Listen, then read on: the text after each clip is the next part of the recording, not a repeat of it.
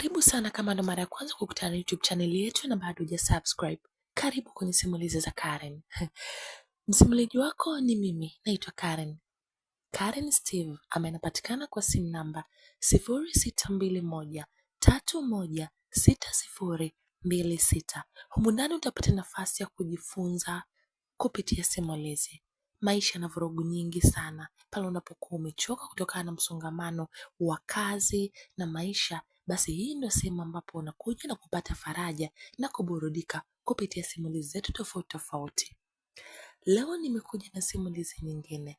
Ni wewe tu ambaye unaenda kuwa kwanza kuisikia hii. Kwa hiyo ambaye bado hujasubscribe, ni kuombe sana subscribe, alafu bonyeza alama ya kengele. Hii itakusaidia kwanza kuwa wa kwanza kupata taarifa pale tu simulizi zinapotoka, lakini vile vile hii itakufanya kuwa mwanafamilia kindakindaki wa chaneli yetu. Ila kama tayari umesha subscribe, basi usisahau kulike, kushare na kucomment. Simulizi yetu inaenda kwa sehemu ya kwanza, jina Alia. Kwa nini Alia? Twende pamoja tukapate kufahamu kwenye Alia kuna nini. Enjoy. Katika jumba moja la kifahari sana, alionekana binti kama miaka 18 akiwa anapika chakula, na kwa mavazi yake ya namna alivyo, ni dhahiri kuwa alikuwa ni dada wa kazi kwenye ile nyumba. Alikuwa ni binti mrembo sana, ila kwa kipindi chote hicho hakuwahi hata kutoka nje ya hiyo nyumba, na shughuli zake zote alikuwa anazifanya hapo. Na binti huyu anaitwa Alia. Ile familia ambayo alikuwa anafanya kazi za ndani walikuwa wanamchukia sana, kwa maana walikuwa wanamtumikisha kama mtumwa, ila cha kushangaza hawatakagi kumfukuza. Na kuna siku walikuwa wanataka kumfukuza, wakashangaa mambo yao hayaendi sawa, hasa kwenye mambo ya uchumi. Katika familia hiyo kuna binti mwingine ambaye yeye kitu pekee ambacho alikuwa anaweza kufanya ni kuagiza tu vitu. Hakuwa anaweza kufanya jambo lolote lile, na hata kujifulia nguo zake au hata kujitanikia kitanda. Binti huyo alikuwa anaitwa Nuru. Ali hakuwa anajua kama yeye ni mwanafamilia wa hiyo familia. Kuna muda alikuwa anahisi labda ni mtoto wa nje, maana kuanzia anapata akili alikuwa anaishi pale na hakuwahi kujua taarifa za moja kwa moja za familia yake. Mara zote alikuwa anaamini ile ndo familia yake, ingawa alikuwa wanamtesa sana. Yaani kuna muda alikuwa hata anaweza kukesha anapika, ila hata hicho chakula chenyewe asipate wasaa wa kula. Alizoea hayo maisha, kwa hiyo haya kuwa maisha mageni sana kwake. Alishazoea maisha ya kufanya mambo mema sana kwenye hiyo familia na kuambulia lawama badala ya shukrani. Ameshazoea kuona watu wanafukuzwa kazi, naye anabeba majukumu yote. Kuna muda anakuwa kama house girl na mlinzi kwa wakati mmoja. Alikuwa anafanya kazi kama mwanamke aliyepata kazi Oman, ila tofauti ni kwamba yeye hakuwa analipwa, kwa maana hakuwa analipwa chochote kile, yaani hata shukrani alikuwa hapati. Alishayazoea hayo maisha na kuona ni maisha yake, japokuwa yalikuwa ya mateso sana. Siku moja akiwa zake nyumbani, mama wa ile nyumba alimpata na kusema kuwa kutakuwa kuna wageni siku hiyo, na wageni wenyewe ni warafiki wa mwanaye ambaye alikuwa anaishi London kwa karibu miaka 15. Familia hiyo ilikuwa ina watoto wa kiume wawili. Wa kwanza alikuwa anaitwa Abdul na mwingine alikuwa anaitwa Lukman. Alia akawa anatakiwa kuandaa vyakula na vinywaji kwa sababu ya ukaribisho wa hiyo familia, tena peke yake bila msaada wa mtu. Wakawa wanasema tu hawawezi wakaajiri watu wa kupika, na wakati Alia alikuwa mpishi bora sana, ila wataajiri watu wa kutenga tu, ili Alia asije akawatia aibu mbele za wageni, kwa maana hakuwahi kuwa na ustaarabu hata kidogo. Ali alishazoea maisha, hakuwa na umuhimu wa kupinga maagizo yote yale ambayo alikuwa anapewa. Siku hiyo nzima Ali alikuwa anashinda jikoni akiandaa vyakula mbalimbali na vinywaji mbalimbali kwa ajili ya ugeni. Alifanya kazi mno, na mpaka saa 1 usiku alikuwa ameshamaliza kila kitu, na akapewa taarifa kuwa ugeni utafika hapo muda sio mrefu, naye atakuwa hataki kuonekana maeneo ya ukumbini, wakidai kuwa atawatia aibu. Ali hata hakuwa anataka kubisha, akaenda zake kukaa bustanini. Ukweli ugeni ulikuja kama kwenye saa 2 kasoro. Ali aliona magari yakiwa yanaingia. Aliona pia watu walikuwa wanashuka. Walishuka vijana wawili ambao kwa muonekano tu walikuwa wanaonekana kama ni wanaume wenye muonekano mzuri sana na wa kipekee mno. Walikuwa wanaonekana kama wana pesa sana. Ali aliwatazama kisha akaenda zake kuendelea na majukumu yake kila siku, kwa maana hakuwa anataka kuzua ugomvi baina yake na mabosi wake. Basi wakawa wanasikia mapokezi yanaendelea. Sasa kuna muda akawa amepigiwa simu na kuambiwa alete juisi mlango wa nyuma na kuna mtu atapokea, kwa maana yeye hakuwa anaruhusiwa kuingia kwenye huo ukaribisho. Wakati ametoka zake jikoni, maana kulikuwa kuna jiko la nje na jiko la ndani, na siku hiyo aliandaa kila kitu kwenye jiko la nje. Akachukua ile juisi na kuanza kuipeleka, ila kabla hata hajafika alishangaa amemparamia mtu na ile juisi ikamwagika na kummwagikia kijana mmoja mtanashati mno, na lile jagi likavunjika. Samahani kakaangu,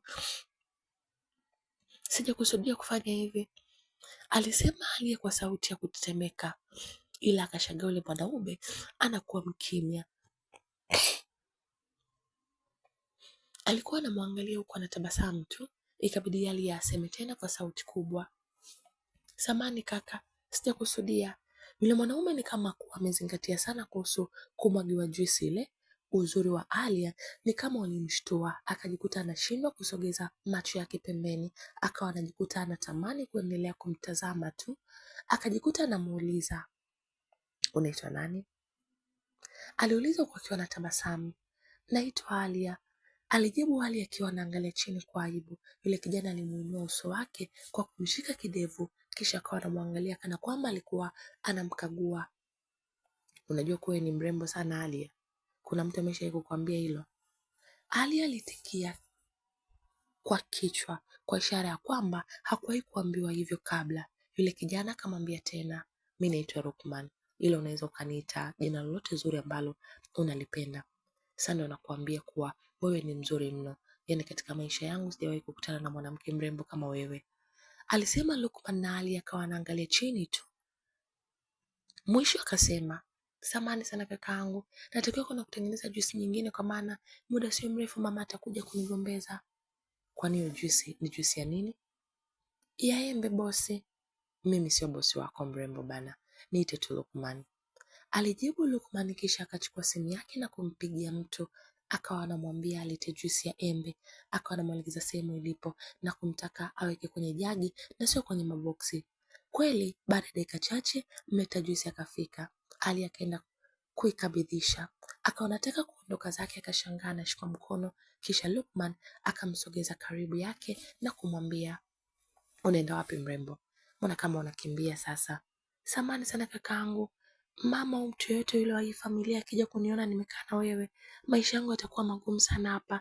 Naomba uende zako ndani na mimi niende kuendelea na majukumu yangu, alisema Alia kwa sauti ya wasiwasi. Unatakiwa kunifulia nguo zangu ambazo umezichafua, kwa hauwezi kunifukuza, alisema Lukman, na Ali akawa mpole, akamtaka Lukman avue hizo nguo akazifue, na kweli akavua na kwenda kukaa kwenye chumba cha Ali akiwa na boxer na singlet tu. Ali akaenda kuzisafisha, ila kila ambapo Lukman akiwa anamwangalia Alia akawa anajikuta anazidi kumpenda, akawa anajikuta anatamani sana kuwa naye siku zote za maisha yake, akawa anatamani sana Alia awe naye siku moja ndio awe mke wake. Ni kweli wamekutana siku moja tu, ila mapenzi yake kwa Alia yalikuwa makubwa sana. Alijikuta anasisimka kwa namna ya kipekee sana akiwa karibu yake. Lukman alikuwa anafurahia kumtazama Alia.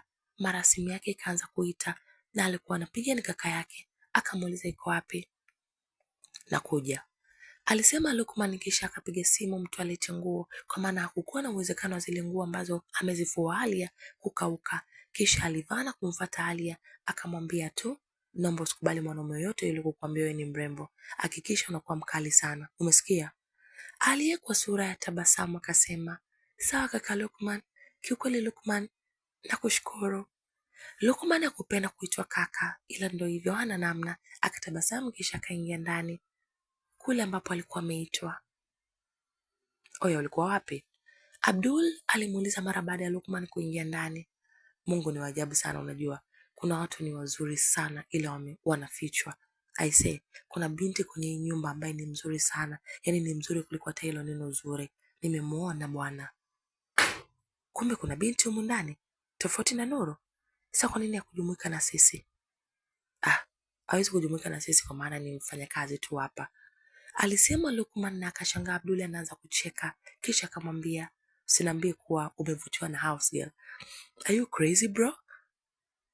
Ukweli ni kwamba nimempenda na nampenda, yani nampenda sana yule binti. Nimejikuta namuona kwa mara ya kwanza, ila moyo wangu na hisia zangu zote ziko kwake.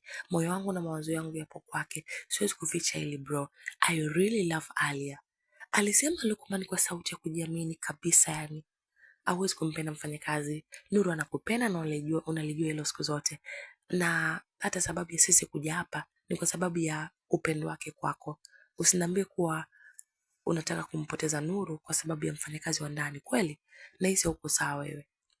Maneno hayo aliyesema Abdul.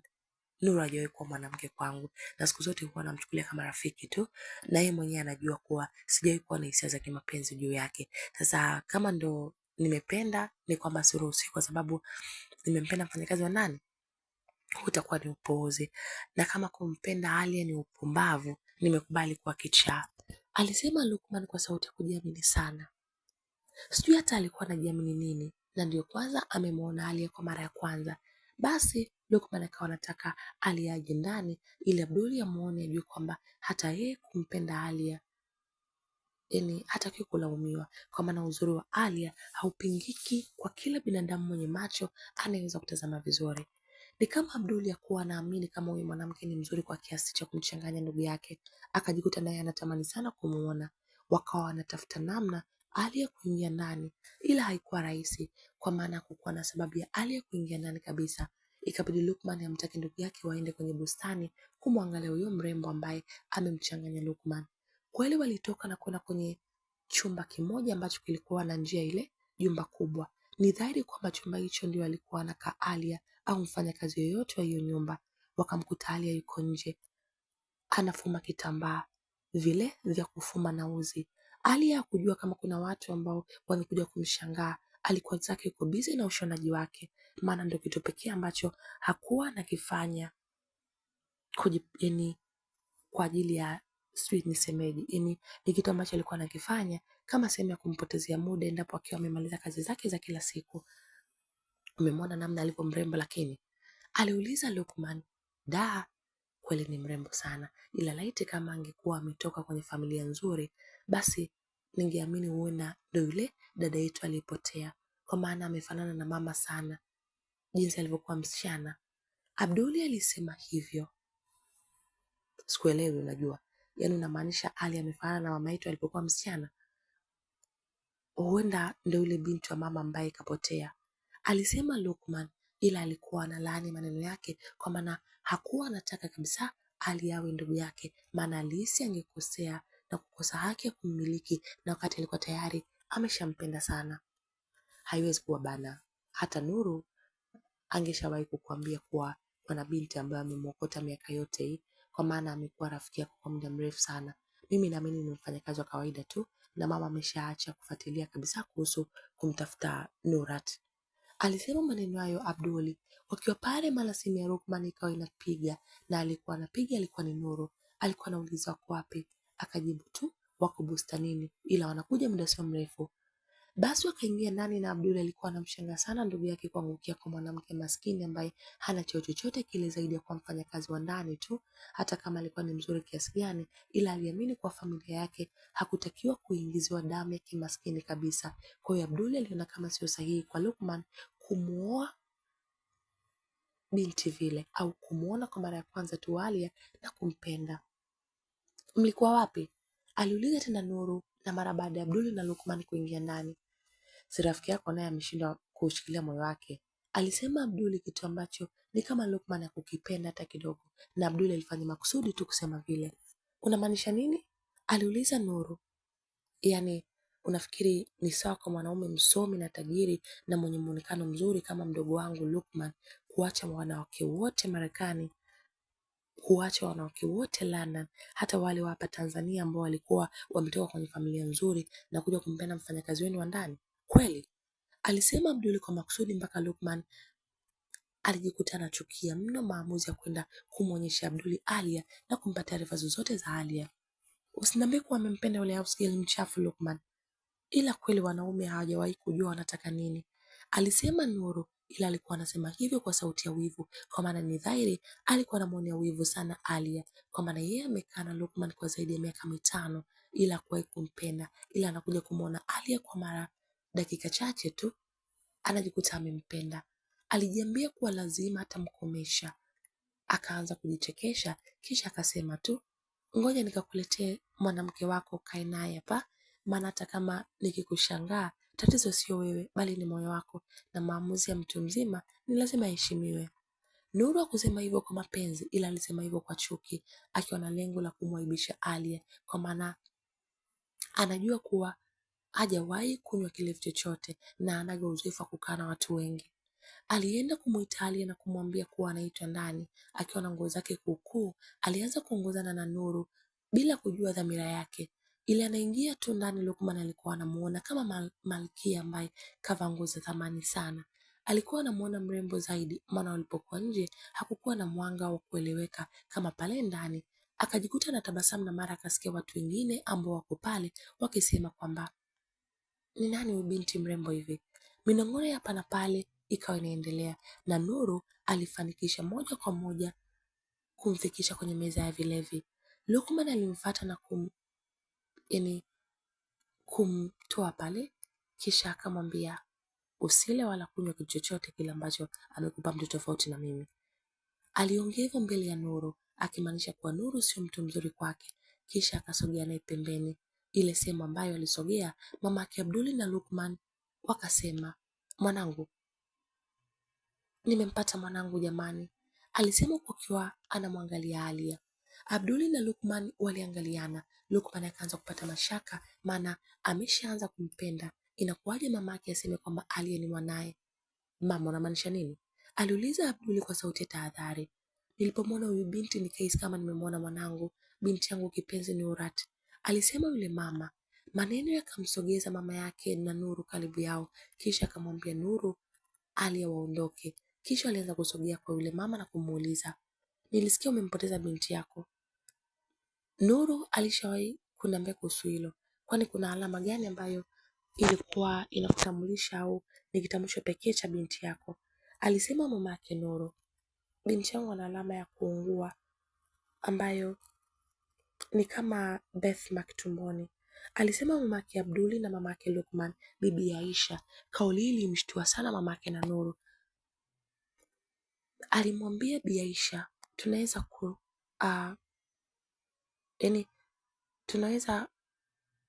kuwa na binti ambaye nimemwona na alama kama hiyo, ngoja nikuletee muangalie, alisema mama yake Nuru. Kisha akamfuata mwanaye hapo. Mwanaye hana kitu chochote kile kinachoeleweka juu ya hilo. Mama, kuna nini? Mbona sikuelewi? Aliuliza Nuru mara baada ya kufika chumbani kwa mama yake. Najua Lukman hakupendi, hiyo sio tatizo, kwa maana hata kama hautokuwa mwanamke wake unaweza kuwa ndugu wa Lukman na Abduli. Hilo litasaidia sana kwenye familia yetu, maana si unajua namna babako alivyokuwa na madeni. Ni lazima uolewe na mwanamume ambaye anajiweza ili uweze kutusaidia, alisema mama yake Nuru. Kwa wakati huo alikuwa anaongea kwa umakini mkubwa. Unamaanisha nini mama? Aliuliza Nuru. Huyo binti yao ambaye amepotea ni Alia. Unaweza ukawa ndio wewe, kwa maana ana alama ya kuzaliwa tumboni, na pia nilimuokota. Si nilishakwambia kuwa nilimuokota akiwa na miaka 3? Alisema mama yake Nuru.